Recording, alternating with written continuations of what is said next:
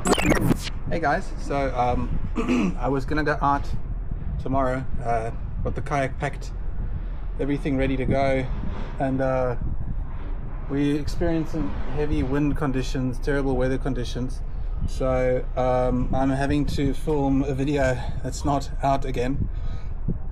And I thought I'd just talk about first of all a bit of a gear review on the Quatix 7X solar.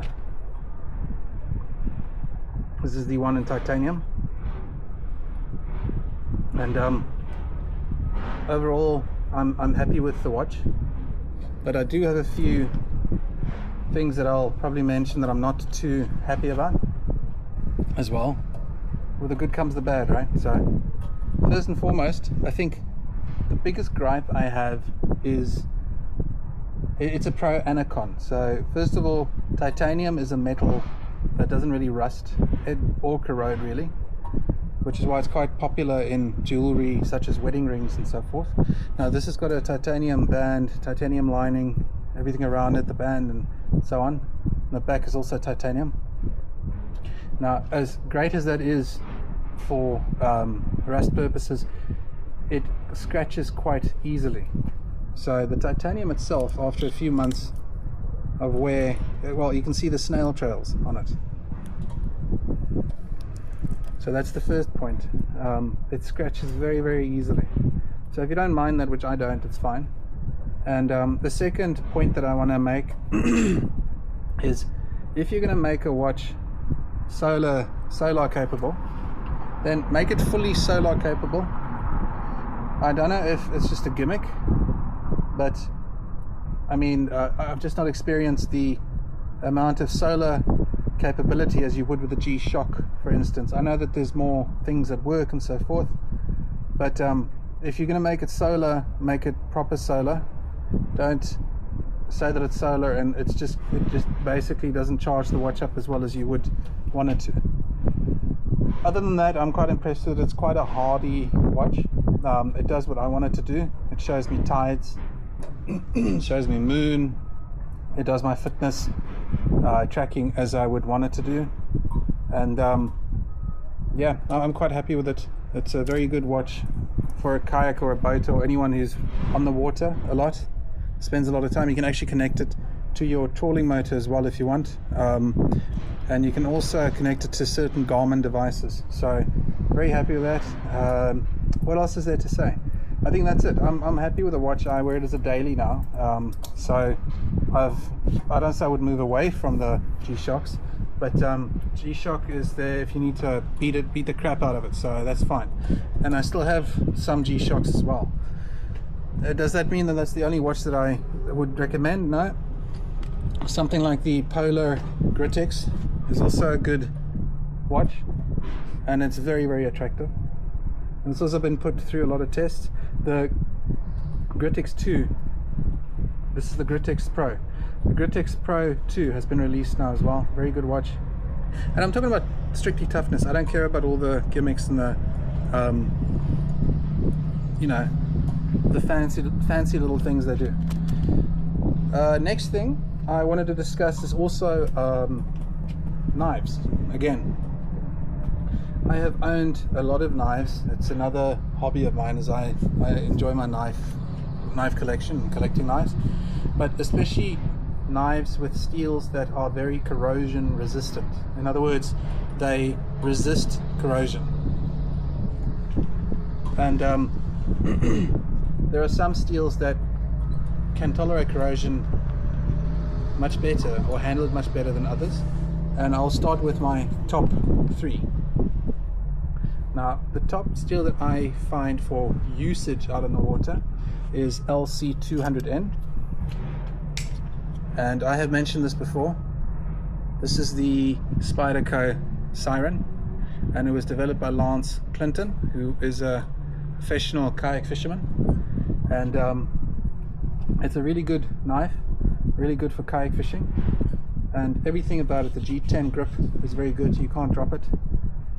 It's linerless, and it's LC200N throughout as well, and it's very easy to work with out in the water. If you and I've left this in fish blood, I've left it everywhere. It doesn't rust because of the LC200N. Now LC200N, what they do usually with these steels is they replace the carbon with nitrogen. So in other words, the hardness doesn't come from the carbides, it comes from the nitrites.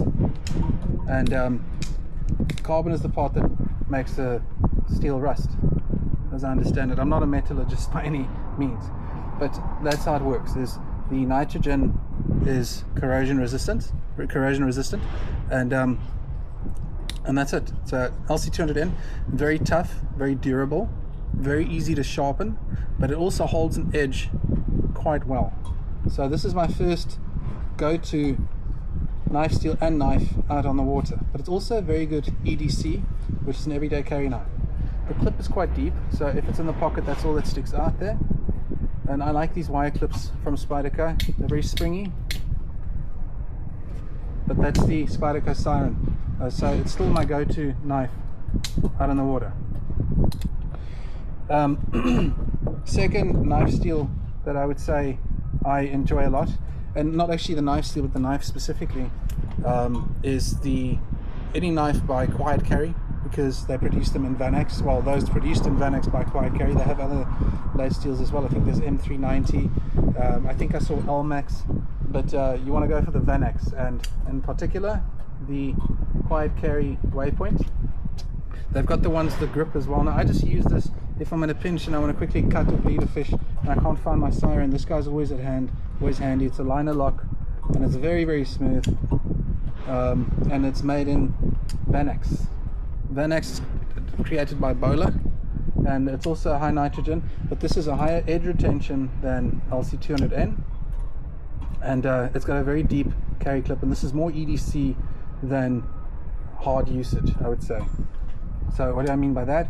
Pocket clip is deep, thin hollow point, hollow ground blade, very good. And then as an alternative, you can also go for the drift, which I love the belly of. This is a very good EDC knife. It's a frame lock. So that's the next steel, is Vanex, just because I haven't seen a knife specifically dedicated to fishing in Vanex, except for the one that I had custom made, which would be this one. And this is from Creeley Blades. It's actually, I asked that he make it in a neck, like I wanted to make it a neck knife, so he made a Kydex sheath for me in it. And it's got G10 and it's got titanium hardware, so this thing will never corrode, and it just slips out. And this is the go-to knife. It's my rescue knife. It's always around my neck when I'm kayak fishing, and it's made by Gary Creeley from Creeley Blades, and this is the Mako. And the Mako is very, very handy. It's a fixed blade. It's always going to be stronger than any folder, and it's also in Vanex, and it's extremely thin, extremely slicey. So that would be my second knife actually that I go to on the kayak, and it's always around my neck. Next, blade steel, which actually also have this one as well in LC200N. This is the Spidey Chef.